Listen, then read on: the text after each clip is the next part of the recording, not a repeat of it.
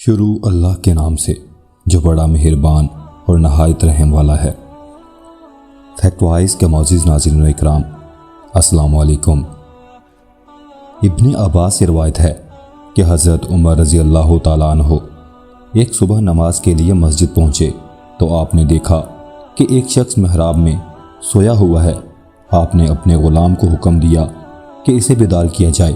غلام نے قریب جا کر دیکھا تو پتہ چلا کہ زنانہ لباس میں ایک سر کٹے ہوئے مرد کی لاش ہے۔ حضرت عمر رضی اللہ تعالیٰ عنہ یہ دیکھ کر حیرت میں رہ گئے۔ آپ کی سمجھ میں کچھ نہ آیا کہ آخر کار معاملہ کیا ہے اور یہ لاش اس حال میں یہاں کیسے پہنچی۔ آخر آپ اس معاملے کو سلجھانے کے لیے حضرت علی رضی اللہ تعالیٰ عنہ کی خدمت میں حاضر ہوئے۔ آپ نے تمام واقعے کو حضرت علی رضی اللہ تعالیٰ عنہ کے سامنے دہرایا۔ آپ نے فرمایا فی الحال اس لاش کو دفن کر دیا جائے اور اس وقت کا انتظار کیا جائے جب 9 ماہ بعد اس مقام پر ایک بچہ نظر آئے گا۔ اس وقت تمام حال سب کے سامنے کھل کر آ جائے گا۔ حضرت عمر رضی اللہ تعالیٰ عنہ نے آپ سے دریافت کیا کہ یہ سب کچھ کیا ہے اور آخر 9 ماہ بعد بچہ کہاں سے آئے گا۔ آپ نے فرمایا مجھے میرے بھائی حبیب خدا صلی اللہ علیہ وآلہ وسلم نے اس معاملے کی خبر پہلے ہی دے دی تھی، اس لیے وقت کا انتظار کیا جائے۔ وقت گزرتا گیا۔ ٹھیک 9 ماہ بعد ایک صبح حضرت عمر رضی اللہ تعالیٰ عنہ مسجد میں داخل ہوئے، اسی مقام پر جہاں کچھ عرصہ پہلے ایک سر کٹے ہوئے مرد کی لاش ملی تھی۔ اسی محراب سے ایک بچے کے رونے کی آواز آئی۔ آپ قریب گئے اور اس بچے کو گود میں اٹھا کر بے اختیار فرمایا بے شک اللہ کا رسول صلی اللہ علیہ وآلہ وسلم بھی سچا ہے اور اس کے ابن ام بھی سچے ہیں۔ آپ اس بچے کو لے کر حضرت علی رضی اللہ تعالیٰ عنہ کے پاس گئے۔ حضرت علی رضی اللہ تعالیٰ عنہ نے فرمایا اس بچے کے لیے ایک انصار داعیہ کا انتظام کیا جائے جو اس بچے کو دودھ پلائے اور اس کا تمام خرچہ بیت المال سے ادا کیا جائے۔ آپ کے حکم کے مطابق ایسا ہی کیا گیا۔ کچھ عرصہ بعد عید رمضان آئی۔ حضرت علی رضی اللہ تعالیٰ عنہ نے فرمایا اس بچے کو اچھی پوشاک پہنا کر عید کے دن مسجد میں لے جایا جائے اور داعیہ کو حکم دیا کہ جو عورت اس بچے کو پیار کرے اور یہ کہے اے مظلوم، اے پسر مظلومہ، بس اس عورت کو میرے پاس لایا جائے۔ داعیہ آپ کے حکم کے مطابق بچے کو اچھی پوشاک پہنا کر مسجد لے گئی۔ وہاں اس نے دیکھا کہ ایک خوبصورت لڑکی نے آ کر بچے سے پیار کیا اور وہی الفاظ دہرائے۔ پھر جب وہ جانے لگی تو داعیہ نے اس کا دامن پکڑ لیا اور کہا کہ میں تجھے حضرت علی رضی اللہ تعالیٰ عنہ امیر المومنین کے پاس لے جاؤں گی۔ لڑکی پریشان ہوئی اور کہنے لگی خدا را ایسا نہ کر، مجھے حضرت علی رضی اللہ تعالیٰ عنہ کے سامنے نہ لے جا، مجھے شرمندگی ہوگی۔ داعیہ اس کو چھوڑنے پر راضی نہ ہوئی۔ آخر اس لڑکی نے کافی پیسوں اور اچھے کپڑوں کا لالچ دیا اور کہا کہ تو حضرت علی رضی اللہ تعالیٰ عنہ کو کچھ نہ بتانا اور یہ بتانا کہ مجھے کوئی عورت ہی نہیں ملی، اور اگر اس طرح تو عید الاضحیٰ کے دن بھی مجھے اس بچے سے ملا دے گی تو میں تجھے اس سے زیادہ کچھ دوں گی۔ داعیہ اس لالچ میں آ گئی اور وعدہ کیا کہ میں حضرت علی رضی اللہ تعالیٰ عنہ کے سامنے کچھ نہ بتاؤں گی۔ داعیہ حضرت علی رضی اللہ تعالیٰ عنہ کی خدمت میں حاضر ہوئی۔ حضرت علی رضی اللہ تعالیٰ عنہ نے دریافت کیا تو داعیہ نے جواب دیا کہ مسجد میں نہ تو کسی عورت نے اس بچے سے پیار کیا اور نہ ہی کسی نے وہ الفاظ ادا کیے جو آپ نے ارشاد فرمائے تھے۔ آپ نے داعیہ کو کلام سننے کے بعد فرمایا تو سب کچھ جھوٹ کہہ رہی ہے، سچ یہ ہے کہ وہ جوان لڑکی آئی تھی، تو نے اس کا دامن پکڑا، اس لڑکی نے تیرے سامنے التجا کی اور تجھے انعام کا لالچ دیا اور تو مان گئی، اور تو نے وعدہ کیا کہ میں عید الاضحیٰ کے دن پھر اس بچے کو لاؤں گی جس کے عوض وہ لڑکی تجھے بہت سارا انعام دے گی۔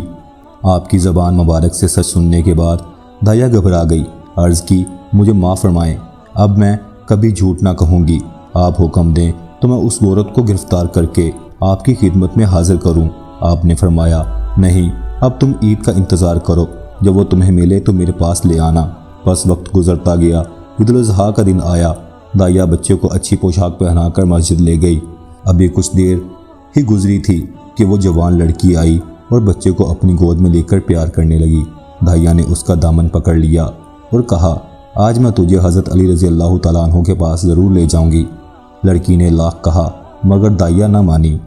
آخر داعیہ اس لڑکی کو ساتھ لے کر حضرت علی رضی اللہ تعالیٰ عنہ کی خدمت میں حاضر ہوئی۔ لڑکی حضرت علی رضی اللہ تعالیٰ عنہ کے سامنے حاضر ہوئی۔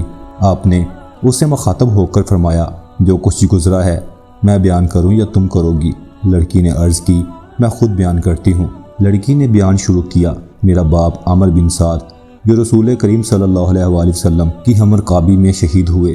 میری ماں حضرت ابو بکر رضی اللہ تعالیٰ عنہ کے دور میں انتقال کر گئی۔ میں تنہا رہ گئی۔ ہمسائے کی لڑکیوں کے ساتھ مانوس ہو کر انہی کے ساتھ وقت گزارتی رہی۔ ہمسائے کے سب لوگ میرا بے حد خیال رکھتے۔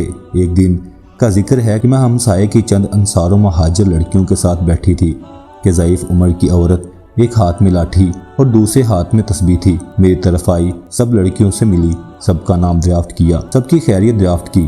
آخر مجھ سے ملی، میرا نام دریافت کیا۔ میں نے بتایا کہ میرا نام جمیلہ ہے۔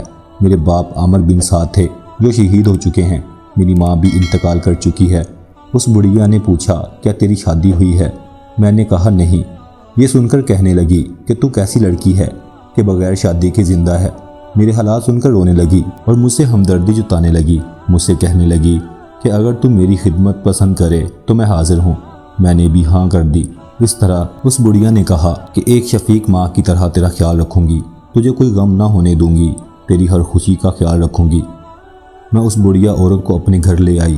ہر طرح سے وہ میرا خیال رکھتی اور میں بھی ایک شفیق ماں کی حیثیت سے اس کا احترام کرتی اور اس کا ہر طرح سے خیال رکھتی۔ جب روزہ افطار کا وقت آیا تو میں نے اس کے لیے مناسب کھانے کا انتظام کیا۔ بڑھیا اس کھانے کو دیکھ کر رونے لگی اور کہا اے دختر، میں تو اللہ والی ہوں، میری یہ غذا نہیں، مجھے صرف نمک اور جو کی روٹی چاہیے، یہی میری خوراک ہے۔ غرض کہ اس بڑھیا نے ہر طرح سے اپنی پارسائی کا سکہ میرے دل میں اس طرح جما دیا کہ میں اسے اپنا نگہبان سمجھنے لگی۔ ایک دن بڑھیا کہنے لگی کہ مجھے زمانے سے بڑا ڈر لگتا ہے، تو تنہا رہتی ہے، کہیں ایسا نہ ہو کہ میں حاجت کے لیے باہر جاؤں تو تجھے کچھ ہو جائے، اسی لیے تجھے ایک اچھے ساتھی کی ضرورت ہے جو تیرا ہر طرح سے خیال رکھے۔ اگر تو اجازت دے تو میں اپنی بیٹی کو لے آؤں جو تیری ہم عمر ہے، جو کہ انتہائی دانا، متقی و پرہیزگار و نمازی ہے۔ میں نے اس لڑکی کی اتنی تعریفیں سنی تو بے اختیار کہا کہ اسے فوراً لے آؤ، اس طرح میرا دل بھی بہل جائے گا اور اس صحبت سے اچھے اثرات مرتب ہوں گے۔ بڑھیا میرے اصرار پر اسی وقت ہی اپنی بیٹی کو لینے کے لیے روانہ ہوئی۔ کچھ دیر بعد تنہائی واپس آئی تو میں نے آتے ہی پوچھا میری بہن کو کیوں نہیں لائی؟ بڑھیا نے جواب دیا کہ میری بیٹی تنہائی پسند ہے، اس کا سارا دن اللہ کی یاد میں گزرتا ہے، تیرے گھر میں اکثر مہاجر و انصار کی لڑکیاں آتی ہیں، اس وجہ سے اس نے یہاں آنا پسند نہیں کیا۔ بڑھیا کا یہ جواب سن کر میں اور زیادہ متاثر ہوئی اور میرے دل میں اس لڑکی سے ملنے کی تڑپ اور بڑھ گئی۔ میں نے بڑھیا سے وعدہ کیا کہ اب میں کسی کو اپنے گھر میں نہ آنے دوں گی، آپ فوراً جا کر میری بہن کو لے آئیں۔ بڑھیا میرے اصرار پر اسی وقت روانہ ہوئی۔ کچھ دیر بعد ہی بڑھیا ایک جوان عورت کو اپنے ہمراہ لیے ہوئے اندر آئی۔ اس عورت نے اپنے جسم کو چاروں طرف سے چھپایا ہوا تھا، صرف اس کی 2 آنکھیں نظر آ رہی تھیں۔ یہ جوان عورت دروازے پر آ کر کھڑی ہو گئی۔ میں نے کہا کہ بہن اندر کیوں نہیں آتی؟ بڑھیا نے جواب دیا یہ لڑکی بڑی حیادار ہے، اسے شرم آتی ہے۔ یہ کہہ کر بڑھیا باہر چلی گئی کہ میں اپنے گھر کو تالا لگا کر ابھی آتی ہوں۔ بڑھیا کے جانے کے بعد میں نے اس عورت سے کہا کہ بہن برقع اتار کر آرام سے بیٹھو، یہ تمہارا اپنا گھر ہے۔ اس عورت نے سر کے اشارے سے باہر کے دروازے کو بند کرنے کے لیے کہا۔ میں سمجھ گئی کہ باہر کا دروازہ کھلا ہوا ہے، یہ چاہتی ہے بند کر دیا جائے۔ میں دروازہ بند کر کے اندر کے کمرے میں داخل ہوئی۔ وہ عورت اسی طرح کپڑا لپیٹے پلنگ پر بیٹھی تھی۔ میں نے ہاتھ سے اس کی چادر کھینچ لی۔ چادر کھینچتے ہی یہ دیکھ کر میں پریشان ہو گئی کہ یہ عورت نہیں بلکہ سیاہ داڑھی والا ایک بلند قامت مضبوط جسم کا ایک مرد ہے۔ میں اسے دیکھ کر آپے سے باہر ہو گئی۔ میں نے کہا کیوں مجھ یتیم پر ظلم کرتا ہے؟ خدا کا خوف کر کیوں میری رسوائی کرتا ہے؟ کوئی دیکھ لے گا تو میں کہیں کی نہیں رہوں گی، خدا کے لیے خاموشی سے یہاں سے نکل جا۔ لاکھ اس کی التجا کرتی رہی مگر اسے مجھ پر رحم نہیں آیا۔ میں اس کے قریب سے اٹھ کر بھاگنا چاہتی تھی مگر اس ظالم نے اپنے مضبوط بازوؤں میں مجھے زور سے سمیٹ لیا۔ اسے مجھ پر رحم نہیں آیا، اس نے مجھ پر اپنی گرفت مضبوط کر دی اور میں بے بس اور مجبور ہو گئی۔ چیخو پکار اس لیے نہ کی کہ ہمسائے کے لوگ مطلع ہو جائیں گے اور میری رسوائی ہوگی۔ میں اس کے چنگل میں بری طرح گرفتار ہو چکی تھی۔ بالآخر اس ظالم نے مجھ پر ظلم کیا، میری دوشیزگی چاک کر دی۔ یہ سیاہ مرد اپنی مستی میں مدہوش تھا۔ یکایک میں نے قریب پڑی ہوئی چھڑی سے اس پر وار کیا اور پہلے ہی وار میں اس کی گردن تن سے جدا کر دی۔